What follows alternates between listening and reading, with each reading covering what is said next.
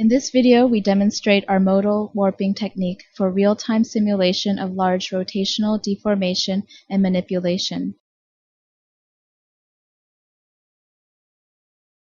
Modal analysis with a linear strain tensor has been known to give a real-time performance, but its accuracy is limited to moderately small deformations.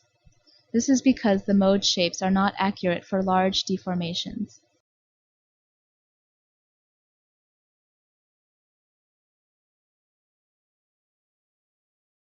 We extend the traditional modal analysis to track the rotations of the mesh nodes, and then integrate them to accommodate large rotational deformations within a single deformable body. As a consequence, we can warp the pre-computed mode shapes at runtime according to the local rotations of the mesh nodes. Modal warping is applied to the same example. It is clearly observable that linearization artifacts do not show up in the case of modal warping. An interesting consequence of using our formulation is that orientation constraints as well as position constraints can be implemented in a straightforward manner so that the shape of a deformable solid can be interactively manipulated by dragging and twisting a set of nodes.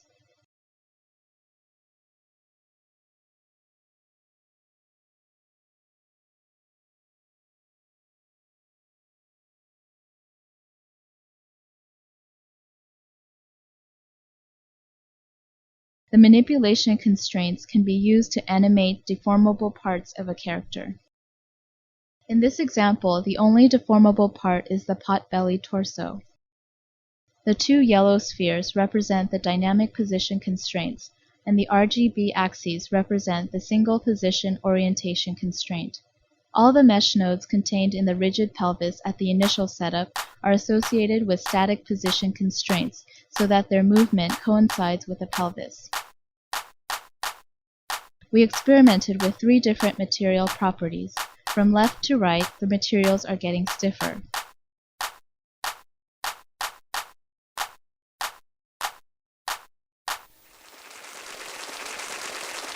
Using the manipulation constraints, a motion of an articulated character can be retargeted to a deformable character. The jelly box is driven by the movements of the pelvis, feet, and head. We use 2 manipulation constraints, one for the average position orientation of the feet and the other for the head.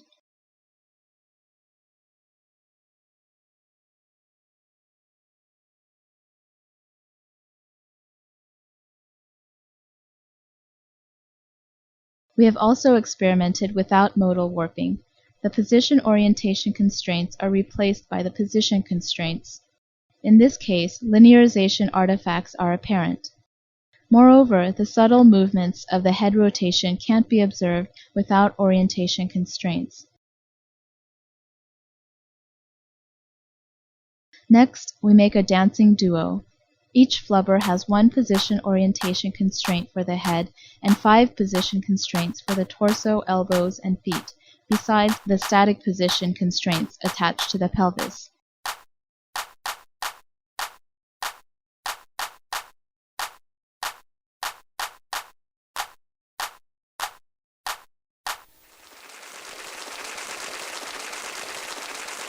For simulation of large models, we have also developed a standalone application that exploits a programmable graphics hardware.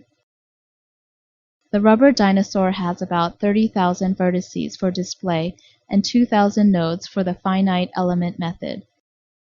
The total pre-computation time took less than 2 seconds, and the simulation, including the display, runs about 100 frames per second, while covering large deformations. The rubber dinosaur can be excited by the rigid body motion of 6 degrees of freedom. In addition, the types of interactions during runtime do not need to be restricted. For example, the rubber dinosaur can be manipulated interactively.